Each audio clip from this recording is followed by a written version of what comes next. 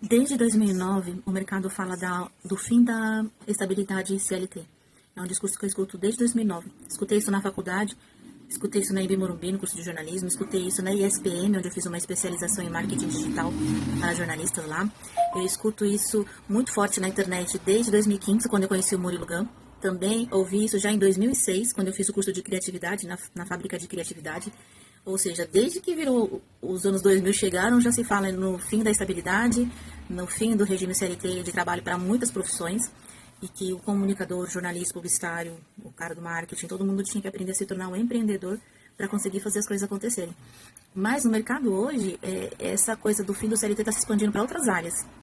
E aí, quando as pessoas veem essa informação, né, de que até 2030, 22% dos postos de trabalho vão acabar, porque serão substituídos pela inteligência artificial, aí eu só consigo lembrar, né, desde que virou, né, desde 2006 que eu escuto falar sobre isso, e que cada vez mais é a criatividade, é a forma que você se relaciona, é o conhecimento que você já tem, a sua capacidade de gerar conexão, a sua capacidade de dar nexo às informações, que é o que o Walter Longo chama de ser nexialista, a sua capacidade de utilizar os dados que você vê na tela, né, que são dados numéricos, e transformar isso em estratégia de negócio. E hoje o mercado está tão ruim que já se fala no fim da concorrência. Qualquer pessoa que faz o arroz com feijão bem feito está no lucro, está garantido o trabalho. Qual seria o grande segredo para você continuar sendo uma pessoa útil e ter um trabalho daqui para frente? É o que eu escuto também desde 2006, o Léo Freiman falando. Eu fui em algumas palestras dele, fui fazer cobertura como assessora de comunicação da empresa que eu trabalhava, quando eu fui assessora da rede adventista, e eu me lembro dele dizer claramente, você tem que trabalhar a sua capacidade de trabalhar, sua capacidade de oferecer um trabalho, de resolver o problema de alguém. É desenvolver, mais do que desenvolver a sua capacidade de ser contratado por uma empresa, né, e ter lá o seu emprego, o CLT, é você desenvolver a sua trabalhabilidade, ter coisas que você sabe resolver. E se um robô é capaz de fazer o que você acha que sabe fazer, muito bem, um robô vai fazer melhor. Então você precisa descobrir o que você faz melhor que um robô. Aqui na Bivil eu passei por um processo de descobrir como que um robô poderia me ajudar. E eu consegui descobrir. Consegui descobrir como analisar os dados com a ajuda do robô, como fazer um planejamento com a ajuda de um robô inteligente, e foi bem interessante porque otimizou bastante o processo. Mas agora eu vejo muita gente perdida e as pessoas até conversam comigo e mandam perguntas, o que eu faço? Né? Como eu não estou conseguindo arranjar emprego? Porque as pessoas não conseguem descobrir quem elas são, o que elas sabem fazer, o que elas estão fazendo no mundo. Né? Às vezes, para fazer um diagnóstico de comunicação de como está o processo de um negócio, a gente demora mais de um mês, porque as pessoas simplesmente não querem parar para conhecer a si mesmas. E se elas não param para conhecer a si mesmas e para se planejar, como é que ela vai parar para conhecer o cliente e saber atender bem o cliente? Só que o brasileiro tem mania de fazer as coisas de cabeça na hora, tudo na base do improviso, né? A gente tem que também ter esse rebolado, a gente tem que se adaptar ao mundo, às mudanças, saber resolver uma questão ali no dia a dia que não foi planejada, um imprevisto que acontece. Só que até a nossa forma de resolver o imprevisto, ela também tem que ser planejada. Eu tenho que saber o que eu faço, qual é o jeito que eu faço as coisas que eu faço, e também qual é o jeito que eu não faço as coisas que eu faço, que eu devo fazer. Como eu faço e como eu não faço. Isso é muito importante. Especialmente hoje que a identidade, a personalidade da marca, a diferenciação do seu serviço é muito mais importante do que jamais foi na história. No passado, pequenos negócios conseguiam se dar bem sem ter marca, né, sem ter a gestão ali da imagem, da diferenciação. Hoje em dia não. Não é mais assim o mundo. A gente tem que acordar.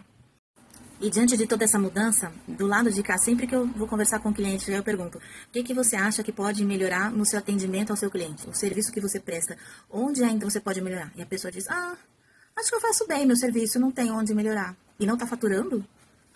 Se não está faturando, significa o quê? Porque existem muitos pontos de melhoria, né? Em todos os sentidos. Tanto de marketing, divulgação, venda, o atendimento, a fidelização do cliente.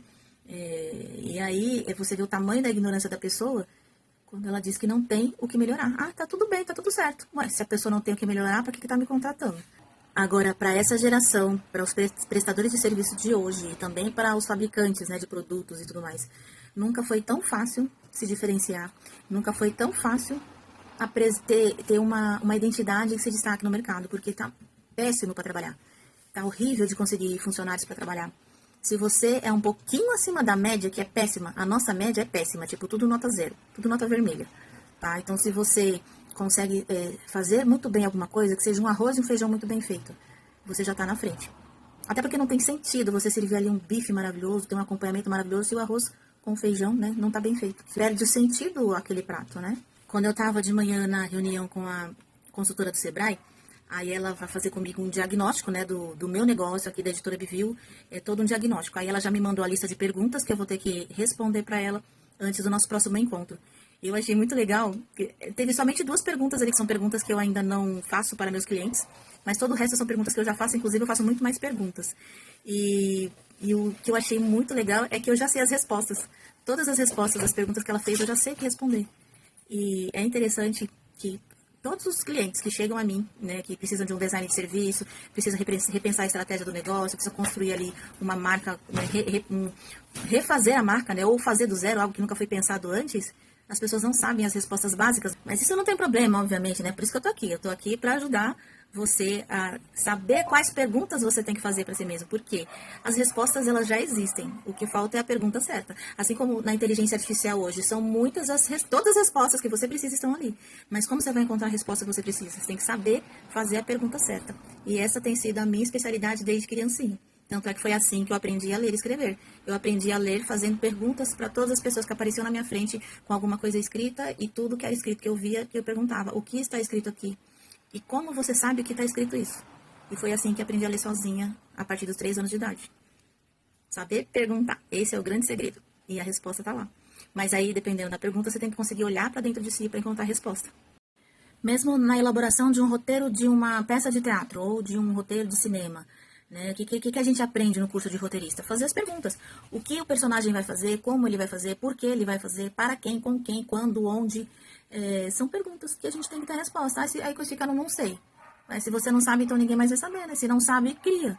Eu não tenho um motivo. Descobre o motivo, para pensar, escuta o seu coração. Presta atenção na reação emocional, na reação física, na carne, que pensar naquela pergunta gera no teu corpo.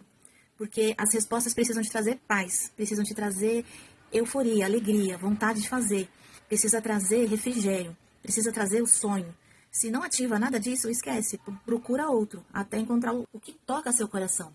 O que faz você ter alegria, ou prazer, ou satisfação em realizar uma atividade, em servir alguém. Porque o que vai fazer você merecer receber um pagamento por um serviço prestado? Porque alguém deve pagar para você executar uma tarefa para ela. Como que você cuida das pessoas que você atende? Como você executa o seu trabalho? Você agrega valor na vida das pessoas? Um robô faria melhor o que você faz? Ou você faz ainda melhor que um robô? Eu tenho plena convicção, certeza e prova. Eu tenho a prova social e provas reais que o meu trabalho ele agrega valor na vida de quem me contrata, e ele agrega valor de várias formas. Talvez elas até saberiam fazer sozinhas, mas elas não querem investir aquele tempo para parar, para pensar e planejar um projeto de comunicação, por exemplo, um projeto de diferenciação do seu negócio. Elas precisam parar para me dar as respostas daquilo que ressoa no coração delas. Agora, como estruturar, pegar os pontos fortes, descartar os pontos fracos e tal, aí elas me pagam para fazer isso.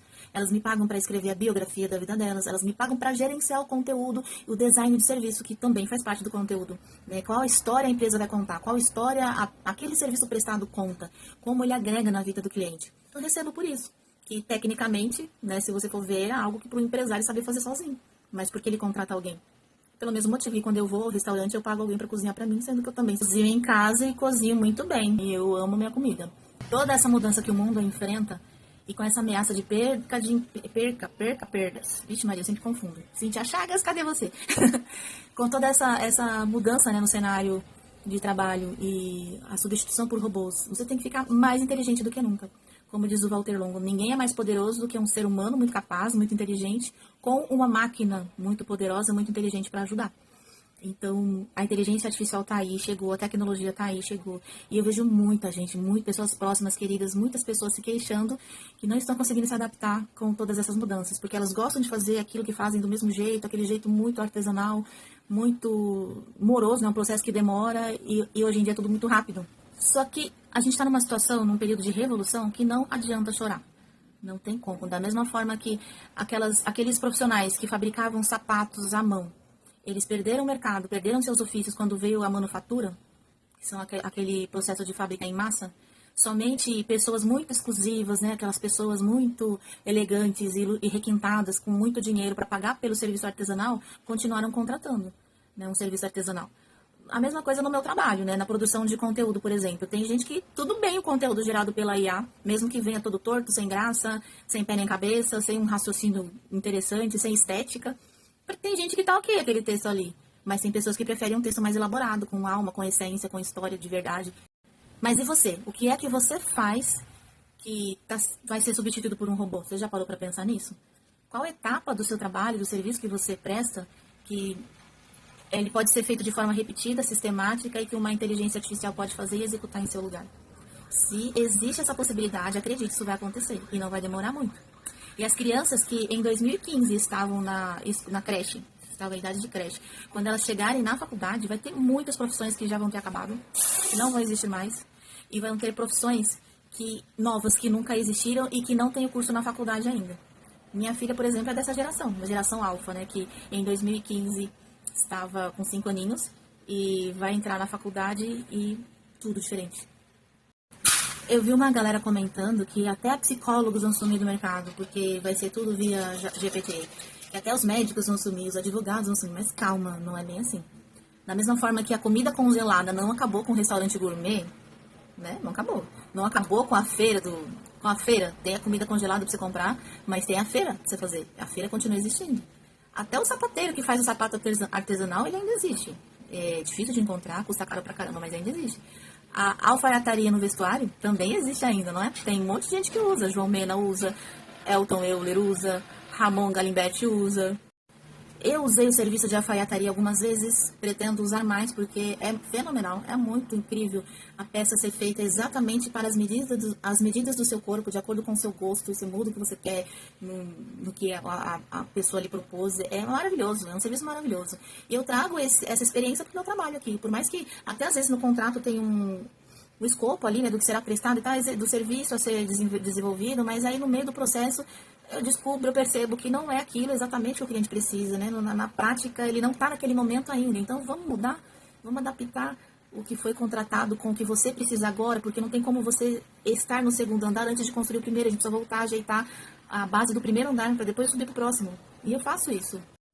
É muito importante que você também desenvolva essa habilidade, essa sensibilidade de perceber o que a pessoa que você está servindo, o cliente de quem você está cuidando, ele de fato esteja recebendo aquilo que ele precisa.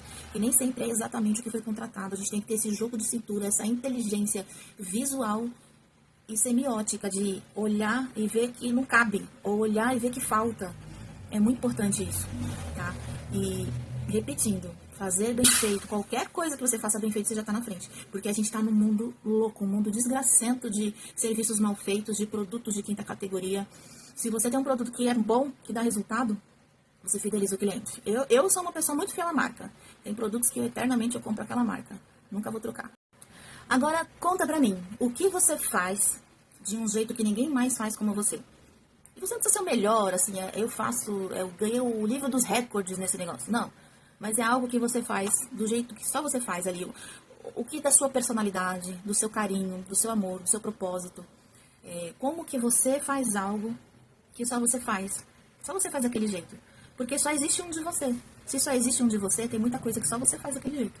E se alguém faz algo muito bem, como dizia a Cecil, a mãe do Ben Carson, ela dizia, se alguém faz algo bem, você pode fazer ainda melhor. Como que você faz ainda melhor? É treinando, é trazendo para sua vida o olhar do atleta. O que o atleta faz? Ele não olha para o outro atleta julgando e se inferiorizando. Ele olha para o outro atleta querendo descobrir como que ele treina, como que ele atingiu. Na alta performance, não tem aquela coisa de você ver o outro fazendo algo melhor que você e você fica, ai, como eu sou ruim. Não, não existe isso. O que existe é você olhar com curiosidade. Nossa, como que aquela pessoa conseguiu fazer isso? Como você faz isso? Como você sabe fazer dessa forma? Onde que essa pessoa treina? Onde é que eu tô errando no meu treino? Onde é que eu tô errando no meu teste, na minha rotina, no meu fluxo de trabalho? Onde que eu tô errando na minha entrega? É no jeito de cumprimentar, é no jeito de falar, é no tom de voz, é na minha roupa, é no meu conhecimento, é na minha técnica, eu tô errando no meu time aqui no tempo, eu tô errando, onde é que eu tô errando? Aí, o que aquela pessoa faz, por que ela não erra aqui nesse ponto onde eu erro? E aí você vai estudar e descobrir como você pode melhorar a si mesmo. É você por você, não você competindo com o outro, sabe? Então essa é a pergunta de milhões. O que você faz que ninguém mais faz como você? Porque você faz do seu jeitinho, que é único, porque só existe um de você. Isso é uma coisa maravilhosa. Ninguém pode te copiar, porque só você faz o que você faz do jeito que você faz, porque só você é você. Conta pra mim, qual que é o seu diferencial? É um exercício que vale muito, hein? A pergunta de milhões aqui.